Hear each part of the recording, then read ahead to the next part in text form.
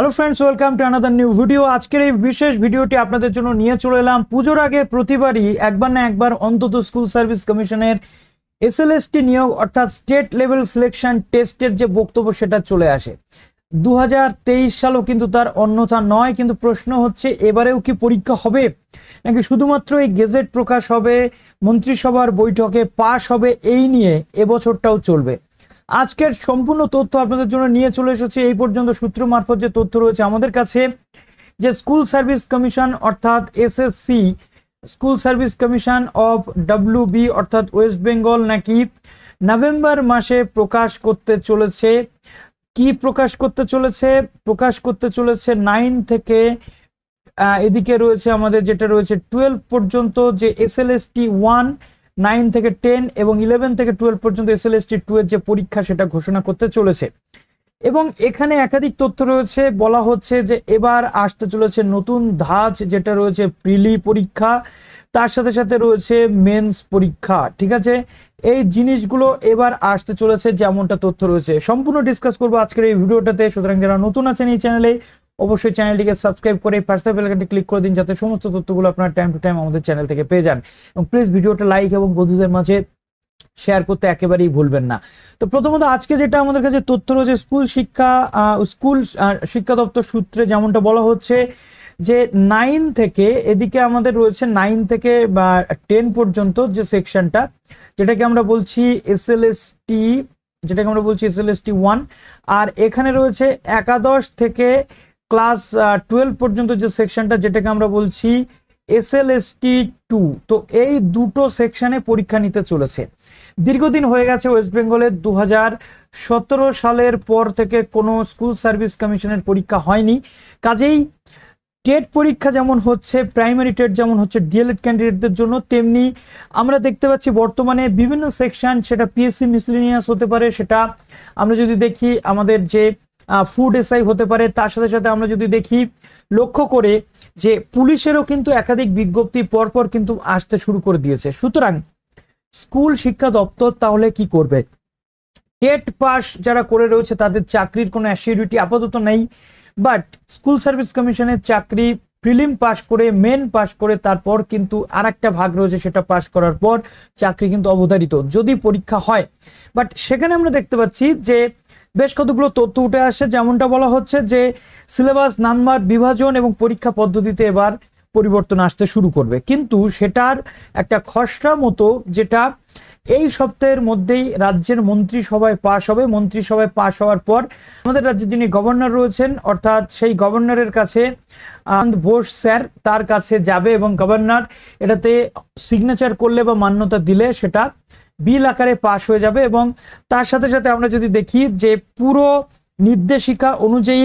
Gazette আকারে বিজ্ঞপ্তি কিন্তু প্রকাশ হবে, অর্থাৎ এর পরবর্তীতে গেজেট পাবলিশ হবে যেমনটা বলা হচ্ছে। কিন্তু সেটা কতদিনের মধ্যে স্কুল শিক্ষা দপ্তর সূত্রে নিয়োগ প্রক্রিয়া শুরু করার নির্দেশ দিলেই কিন্তু দরখাস্ত নেওয়া হবে। যেমনটা বলা হচ্ছে নবম, দশম এবং যে সমস্ত শিক্ষিকা নিয়োগের জন্য বলা হচ্ছে একাডেমিক স্কোর এবছর থাকছে না। একাডেমিক স্কোর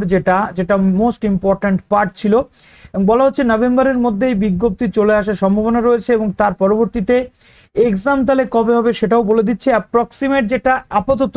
তথ্য রয়েছে সেটা হতেও পারে, আবার নাও হতে পারে, যেমনটা এত বছর ধরে আমরা দেখে এসেছি। তো মোটামুটি আমরা দেখতে পাচ্ছি যে একাডেমিক স্কোর এখানে থাকবে না। অর্থাৎ আগে আমরা দেখতাম মাধ্যমিক পরীক্ষাতে যদি কেউ 90% নাম্বার পেত তার জন্য একটা মার্কস থাকতো, এইচএস পরীক্ষাতে যদি একটা 90 থেকে 80% থাকতো বা তার নিচে থাকলো তার একটা ওয়েটেজ যেত, আন্ডার গ্রাজুয়েটের ক্ষেত্রে একটা ওয়েটেজ থাকতো, পোস্ট গ্রাজুয়েটের ক্ষেত্রে একটা ওয়েটেজ থাকতো মার্কস অনুযায়ী, তারপরে বিএড এর কিন্তু একটা মার্কস ছিল। কিন্তু এবার থেকে যেমনটা বলা হচ্ছে যে কোনো নির্দিষ্ট মার্কসের জন্য কোনো একাডেমিক স্কোর থাকবে না,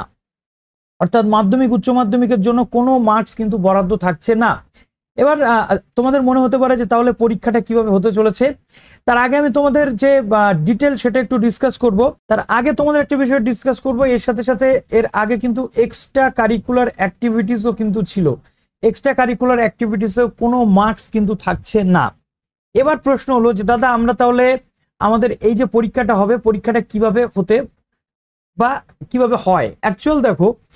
যোগ্যতার নিরিখ যদি আমরা দেখি এই যে 9-10 রয়েছে এখানে 9 থেকে 10-এর জন্য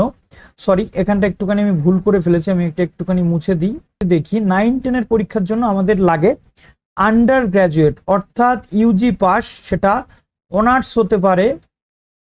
plus pass honours plus pass যে কেউ এখানে কিন্তু আবেদন যোগ্য ঠিক আছে এই জায়গাটাতে এখানে 50% নাম্বার থাকতে হয় এবং এখানে বিএড কিন্তু মাস্ট থাকতে হয় আজকে আমার যে মাইক্রোসফট হোয়াইট বোর্ডটা ছিল যেখানে খুব দারুণ লেখা আছে সেটা কাজ করছে না বলে আমি জাস্ট একটা তোমাদের হোয়াইট বোর্ডে লিখে দিচ্ছি লেখাটা খারাপ হতে পারে বাট তোমরা বুঝতে পারলে আমি খুশি হব তারপরে রয়েছে দেখো এখানে বিএড কমপ্লিট থাকতে হয় বিএড কমপ্লিট থাকলে এই যে জায়গাটা তোমরা চান্স পেয়ে যাবে পরীক্ষা দেওয়ার জন্য এরপর আমরা যদি দেখি তাহলে আসছে 11-12-এর যে পরীক্ষা বা সেকশনটা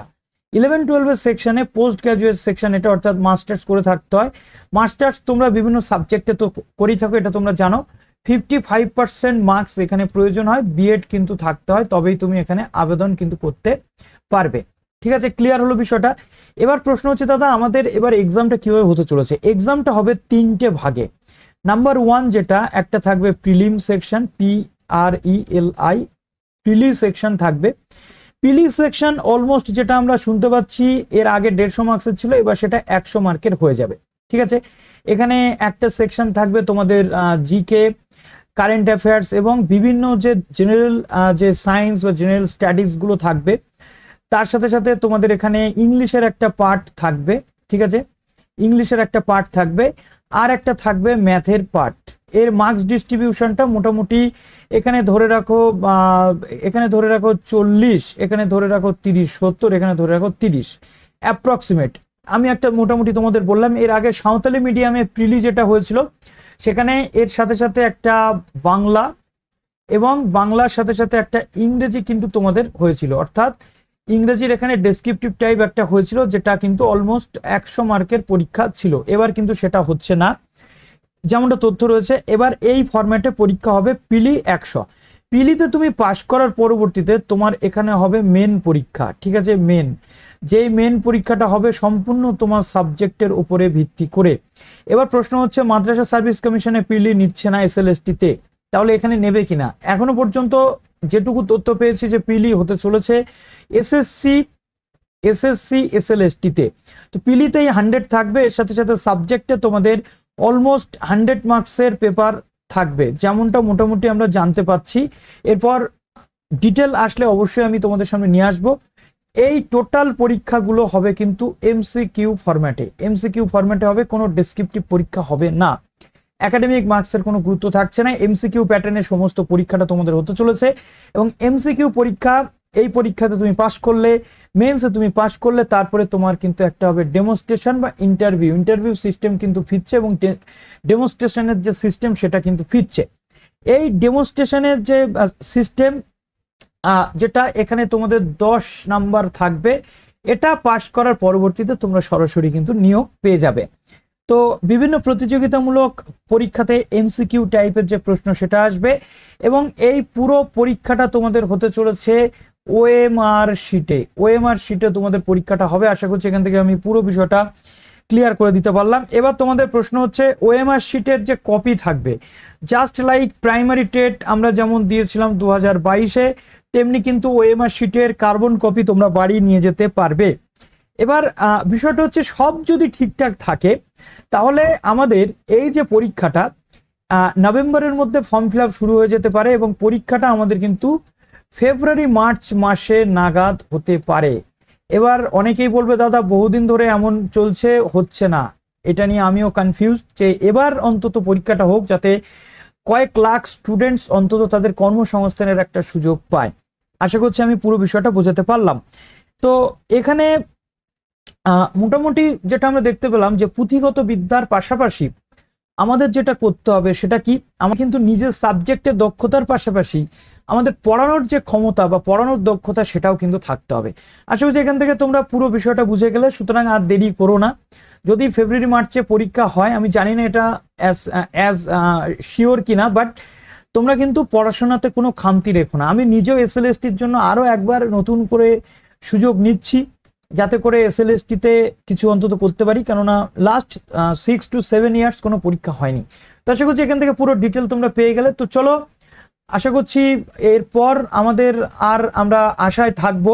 এবং অবশ্যই আমরা পরীক্ষা দিয়ে ভালো একটা রেজাল্ট করে চাকরি পাওয়ার চেষ্টা করব। তো সেজন্য প্রস্তুতিটা আমাদেরকে নিতে হবে। ভালো থাকো সবাই, বেস্ট অফ লাক।